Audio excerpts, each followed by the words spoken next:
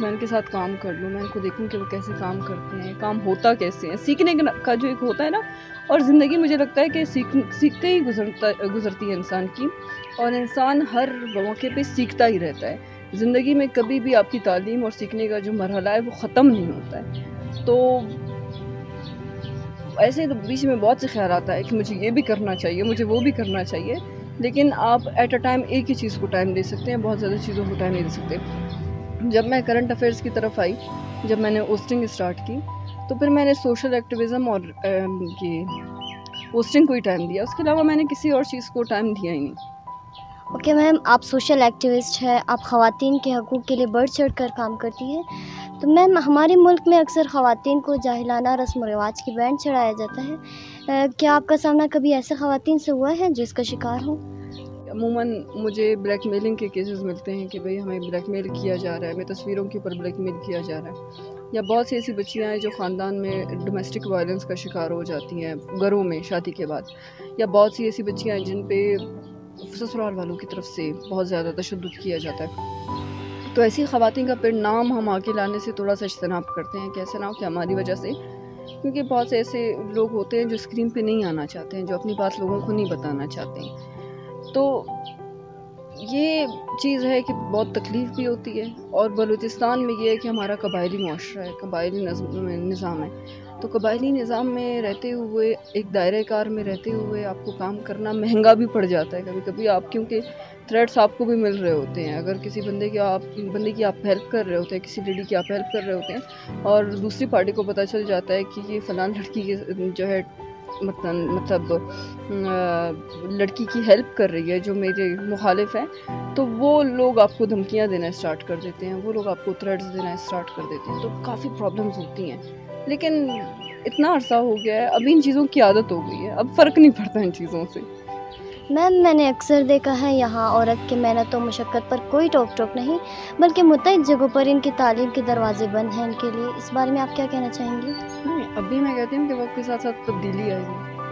اگر ہم یہ کہیں کہ پہلے کی طرح لڑکیوں کو پڑھنے نہیں دیا جاتا ہے تو شاید یہ چیز غلط ہوگی, کیونکہ ابھی تو لڑکیوں کو پڑھنے دیا جاتا ہے ماشاء اللہ سے. ہمارے اگر ہم ایریاز میں جاتے ہیں, گاؤں وغیرہ میں جاتے ہیں, پشتون بیلٹ میں جاتے ہیں, تو وہاں پہ بچیوں کی تعلیم بہت بہتر ہے. اور جیسے میں نے کچھ دن پہلے بھی ایک بات کی تھی کہ پھر اس میں ریشو کم پڑ بہت زیادہ, پھر اس کے بعد جب آپ مڈل اور میٹرک تک جاتے ہیں پھر وہ ریشو تھوڑا سا اور کم ہو جاتا ہے.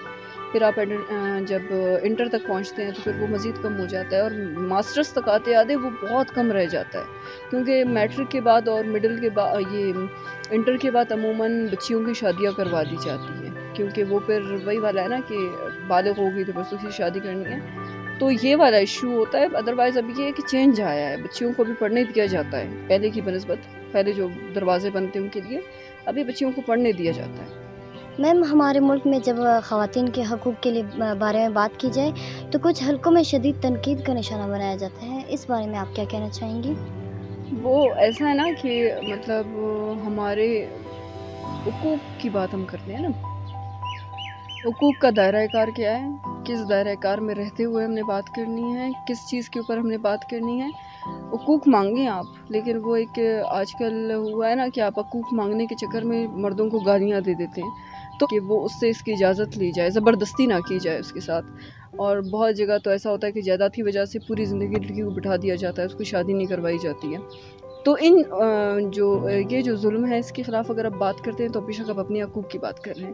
حقوق کا دائرہ کار آپ نے مختص کرنا ہے اپنے لیے. یہ غلطی ہماری بھی ہے, اگر کوئی ہمارے اوپر انگلی اٹھاتا ہے تو اس میں شاید ہماری طرف سے بھی تھوڑی سی غلطی برتی گئی ہے.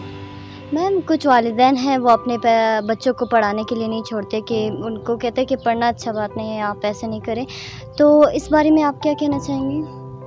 میرے خیال سے والدین کبھی بھی, میں نے تو ایسے سچ نہیں دیکھے ہیں کہ وہ اپنے بچوں کو پڑھائی سے روکتے. وہ ہاں مجبوراً ہو سکتا ہے, کبھی فائنینشلی ان کا کوئی مسئلہ ہو سکتا ہے کہ وہ کرائسس کا شکار ہے تو وہ اپنے بچوں کو پڑھنے نہیں دیتے.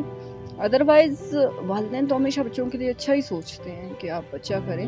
یا کبھی کبھی ایسا ہوتا ہے کہ گھر کے معاشی حالات آپ کے ایسے ہوتے ہیں کہ آپ کہتے ہیں کہ بھئی آپ تعلیم چھوڑ کے آپ مکینک بن جائیں یا پھر آپ کوئی ویٹر کا کام کر لیں, تو یہ ایشو ہو سکتا ہے. ادروائز مجھے نہیں لگتا کہ آج کل کے پیرنٹس اپنے بچوں کو روکتے ہیں. میم بہت بہت شکریہ، آپ نے اپنے لائف کے بارے میں بتایا، بچوں کو پڑھانے دے تو ان کے بارے میں بتایا. تو اس وقت میرے فرینڈز اور یوتھ جنریشن وہ آپ کو دیکھ رہے، کوئی میسیج، کوئی نصیحت کرنا چاہیں گے جو آپ کو اس وقت دیکھ رہی ہیں؟ میسیج یہی ہے کہ آپ فوکس رہیں اپنے کام کے اوپر. مطلب جیسے میں نے کہا کہ دائرہ کار آپ مختص کریں اپنے لیے کہ میں نے کیا کرنا ہے، فوکس رہے. اور اپنی کیریئر کاؤنسلنگ آپ جب میٹرک میں ہوتے ہیں، انٹر میں ہوتے ہیں، تو آپ کو پتہ ہونا چاہیے کہ آپ نے آگے جا کے کیا کرنا ہے. اگر آپ کا شوق ہے کسی چیز میں، ایون آپ اگر آرٹسٹ بننا چاہتے ہیں، آپ سنگر بننا چاہتے ہیں، آپ پینٹنگ کرنا چاہتے ہیں، تو آپ فوکس رہے اپنے کام کے اوپر، اپنے گولز کو اچیو کریں، رکے نہیں، اور سب کی عزت کریں، تب آپ کی لوگ بھی عزت کریں گے. بہت بہت شکریہ. بہت بہت شکریہ میم، آپ نے ہمارے لیے وقت نکالا. میم روبینہ ابراہیم فیض بلوچستان کے ایوارڈ یافتہ ہے. آپ کو فیض بلوچستان کی طرف سے ایوارڈ دیا گیا ہے، بہت بہت مبارک ہو. یہ وہ لوگ ہیں جو بلوچستان کے لیے دن رات محنت کرتے ہیں اور بلوچستان کا نام روشن کرتے ہیں. فیض بلوچستان کے آج کے ایپیسوڈ کے ساتھ سیدہ شبانہ شاہ کو اجازت دیجیے گا. ہم پھر ملیں گے کسی اور ایپیسوڈ میں. فی الوقت ہمیں اجازت دیجیے گا. اللہ حافظ.